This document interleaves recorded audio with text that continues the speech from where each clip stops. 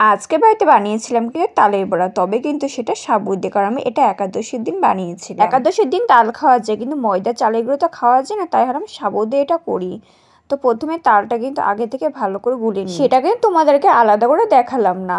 এরপর এইদিকে আমি কিছুটা পরিমাণে সাবু নিয়েছি, সাবুগুলো কিন্তু শুকনো খোলায় কিন্তু একটুখানি ভেজে নিতে হবে, তারপরে ঠান্ডা হলে কিন্তু এটা গুঁড়ো করে নিতে হবে। এখানে চালের গুঁড়ো বা ময়দার বদলে কিন্তু আমি এখানে সাবু গুঁড়োই কিন্তু ব্যবহার করব। তারপর ঠান্ডা করে কিন্তু এটা গুঁড়ো করে নিয়েছি। তারপর সেই গুঁড়ো করা সাবুর মধ্যে কিছুটা পরিমাণে চিনি, স্বাদ মতো লবণ দিয়ে আর দিয়েছি কিছুটা পরিমাণে তাল। তারপর এটা ভালো করে কিন্তু সবকিছু একসঙ্গে মেখে নিয়েছি। এইদিকে মাখতে মাখতে কিন্তু ওইদিকে আমি কড়াই কিন্তু বেশ খানিকটা তেল গরম হতে দিয়ে দিয়েছি, আর এদিকে কিন্তু মেখেও নিয়েছি। আর বাটিতে কয়েকটা ভিজে সাবু ছিল, সেগুলো কিন্তু এর মধ্যে দিয়ে দিয়েছি। তবে তোমরা কিন্তু শুধু গুঁড়ো সাবু দিয়ে কিন্তু এটা করতে পারো, খেতে ভীষণ কিন্তু সুন্দর হয়েছে। আমি যেহেতু প্রথমবার এখানে বানাচ্ছি তার জন্য কিন্তু একদমই অল্প পরিমাণে বানিয়েছিলাম, তবে পরে কিন্তু ভাবছিলাম যে না আরেকটু বেশি করে বানালেই কিন্তু ভালো হতো। আমি কিন্তু ভালো করে মেখে নিয়েছি, ওইদিকে তেলটাও কিন্তু গরম হয়ে গেছে।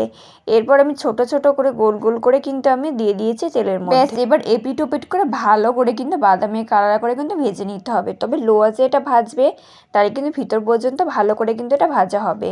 আর এই তালটা না খুবই মিষ্টি ছিল, তার জন্য না এটার মধ্যে বেশিক্ষণ চিনি দেওয়া লাগে। অনেক তাল দেখবা যে একটুখানি তিতো মতন হয়, মানে লাল তালগুলো একটু বেশি তিতো হয়, কালো তালগুলো কিন্তু একটু মিষ্টিই হয় খেতে। আমি যেহেতু অল্প কটাই বানাবো তার জন্য না প্রথমে সবগুলো আমি তেলের মধ্যে দিয়ে ভাজছিলাম, তারপরে দেখছিলাম যে না একটার পর একটা লেগে যাচ্ছিল।